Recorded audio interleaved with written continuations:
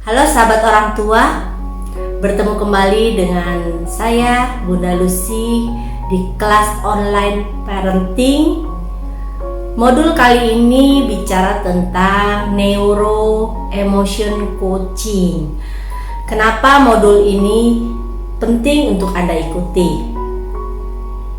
Seperti yang ayah bunda ketahui, bahwa anak-anak zaman now sudah diliputi emosi, yang entah emosinya dari orang lain, dari orang tuanya, atau emosi-emosi yang datang karena lingkungannya.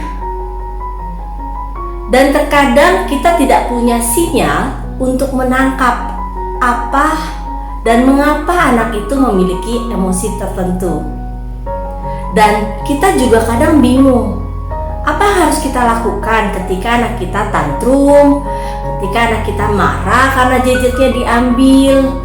Tapi apakah emosi itu sudah pernah diajarkan ke anak? Bagaimana cara mengungkapkannya secara tepat? Banyak orang tua yang hanya bisa mengungkapkan dengan rasa marah, ya, satu kata, marah.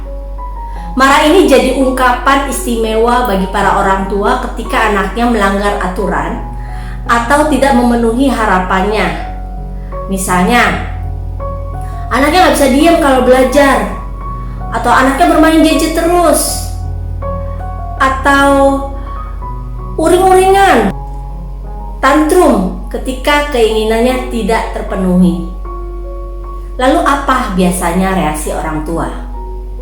Memberikan reward, memberikan punishment, kemudian memberikan time out. Itu semua sudah dilakukan. Tapi kenapa belum berhasil? Temukan jawabannya di Neuro Emotion Coaching. Bahwa ternyata ketika kita berbicara dengan anak dan memahami emosi anak, itu ada caranya. Bagaimana ekspresi di wajahnya itu menunjukkan emosinya. Ketika Anda marah, mengapa sebagian besar anak tidak memahami arti kata marah? Mengapa sebagian besar anak hanya tahu marah? Ya, karena dia belajar dari orang tuanya yang cuman marah. Tapi sebenarnya apa sih arti marah?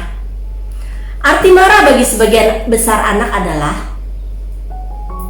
mata melotot, nada tinggi, mungkin tolak pinggang, atau dengan bahasa tubuh, dengan menggunakan power, ya. Itu marah yang dimaksud anak. Sehingga ungkapan mama galak, papa galak itu tercermin bukan karena dari isi omelan Anda, tapi dari gaya bahasa atau gaya tubuh Anda. Anak mengerti isi omongan Anda, apa yang Anda bicarakan kepada mereka, anak tidak paham.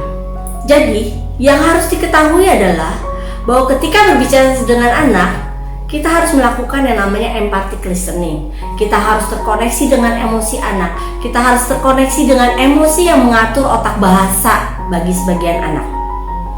Kenapa saya melakukan terapi buat anak telat bicara? 6 bulan di tempat saya, seminggu sekali anak itu lancar bicara. Saya bukan bicara masalah organ, saya tidak bicara masalah bagaimana dia telat bicara dan fokus pada kekurangannya, tidak. Saya bicara ke otak anak itu. Bagaimana otak bahasa itu menghambat dia untuk perkembangan bicaranya. Bagi sebagian banyak orang, listening ini menjadi hal yang sulit karena kesibukan waktu. Mau cepet beres aja. Ya udah, akhirnya diancam. Mau cepet beres aja. Ya udah, akhirnya udahlah, daripada repot kasih aja gadget, kasih aja yang dia mau. Tapi apakah itu melatih emosi anak? Enggak. Sebagian banyak orang tua yang mengeluhkan ke saya bahwa mereka sulit mengontrol anaknya. Kenapa mereka sulit mengontrol anaknya? Karena mereka tidak terbiasa untuk meletakkan diri mereka dalam posisi anak.